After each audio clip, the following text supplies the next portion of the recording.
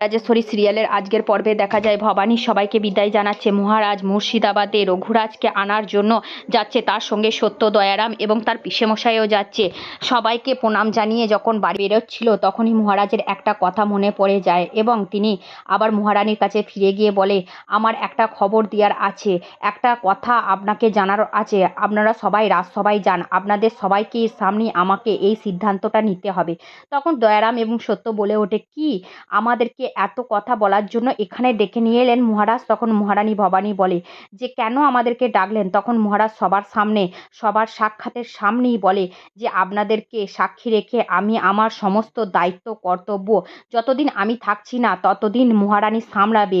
এই রাজত্ব মহারানী সামলাবেন। এই রাজত্বের রাজা হলেন এখন থেকে রাজরাজেশ্বরী রানী ভবানী।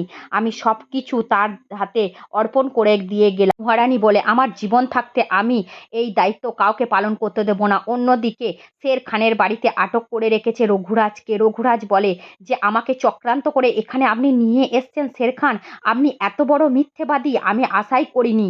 তখন শের খান বলে, আপনি আমার খাঁচা থেকে কোনোদিনও বন্দি দশা থেকে বেরোতেই পারবেন না। তখন রঘুরাজা বলে যে, আমাকে উদ্ধার করার জন্য মহারানী ভবানী আর রাজা রামকান্ত রায় আসবি, এটা আমার বিশ্বাস। আপনি আমাকে আটকে রাখতে পারবেন না, এটা আমি আপনাকে চ্যালেঞ্জ করে বলে দিতে পারি। শের খানের বিশ্বস্ত পিয়াদা বলে ওঠে, নাটোরের রাজ সিংহাসনে এখন ফাঁকা, রামকান্ত এখন আসছে মুর্শিদাবাদে রঘুরাজকে বিপদ থেকে উদ্ধার করার জন্য।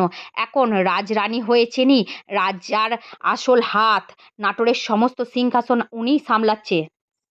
ঈশ্বরী বলে, তুমি রাজ সিংহাসনে বসার জন্য ছুটাছুটি করছো, রাজার দায়িত্ব কর্তব্য পালনের জন্য করার জন্য ছুটোছুটি করছো, আর এই দিকে আমার শ্বশুর ঘরটা যে পুড়ে গেল, আমার কপালটা পুড়লো, আমার শ্বশুর ঘর যে আমাকে ত্যাগ দিল, সেসব ব্যাপারে তুমি কোনো সমস্যায় সমাধান করতে পারলো না। পিসেমণি তখন বলে উঠল, ও কি আর সমস্যা সমাধান করবে? ও তো একটা মেয়ে মানুষ, ও কখনো সমস্যা সমাধান করতে পারে? এখন রঘুরাজা কী চায়, রামকান্ত কী চায়, তাও তুমি এত ছুটোছুটি করার কেন, আমি সেটাই বুঝতে পারছি না। তখন ভবানী হাত জোর করে বলে যে, পিসিমা আমাকে ক্ষমা করবেন, এই দায়িত্ব আমি কাউকে ছাড়তে পারবো না। রাজা স্বয়ং আমাকে এই দায়িত্ব অর্পণ করে গেছে, আমি কখনো একে এই দায়িত্ব দিতে পারবো না। আমাকে যিনি দায়িত্ব দিয়ে গেছেন সেই দায়িত্ব পালন করা আমার কাছে রাজধর্ম, আর আপনারা যদি এই দায়িত্ব না পালন করেন তাহলে রাজধর্মর বিরতি, রাজদ্রোহী, তার কত বড় শাস্তি আপনাদের কোনো জানা নেই নাকি? না জানা আছে, আমার থেকেও ভালো আপনারা জানেন, তবু আপনারা না জানার ভান করছে। তখনই সিংহাসনে মহারানী ভবানী গিয়ে সে বসে রাজার আসনে আর বলে, আজ থেকে আমি সমস্ত কিছু নাটোরের দেখাশোনা করব, যতদিন না মহারাজা এই নাটোরে ফিরে এসে নিজের দায়িত্ব আবারও পালন করছে। তখনই সাথের বাবা বলে যাচ্ছে, আমি যখন আছি তাহলে এই দায়িত্ব তোমার পালন করার কোনো দরকার নেই, আমি এই দায়িত্ব পালন করতে পারি। তখনই মহারানী ভবানী বলে ওঠে, যে দেবীপ্রসাদ আপনার ছেলে আমাদের সাথে বিশ্বাসঘাতকতা করলো, রঘুরাজাকে মুর্শিদাবাদ দরবারে পাঠালো চোর অপবাদে, সেই সিংহাসন আমি ঘাতক পিতার হাতেই তুলে দেবো? নাটোর এতটা অধঃপতনে যায়নি, আমি নাটোরের জন্য জীবন দেবো, নাটোরের প্রজারা যাতে ভালো থাকে। তখনই প্রসাদের বাবা কিছু না করতে পেয়ে প্রজাদের উত্ত্যক্ত করে যে, আজ পর্যন্ত তোমরা মহারাজার কাছে মাথা নত করেছো, এখন একটা মহিলার কাছে মাথা নত করতে হবে? কি অদিন এলো তোমাদের, কি দরদশা পড়লো নাটোরের?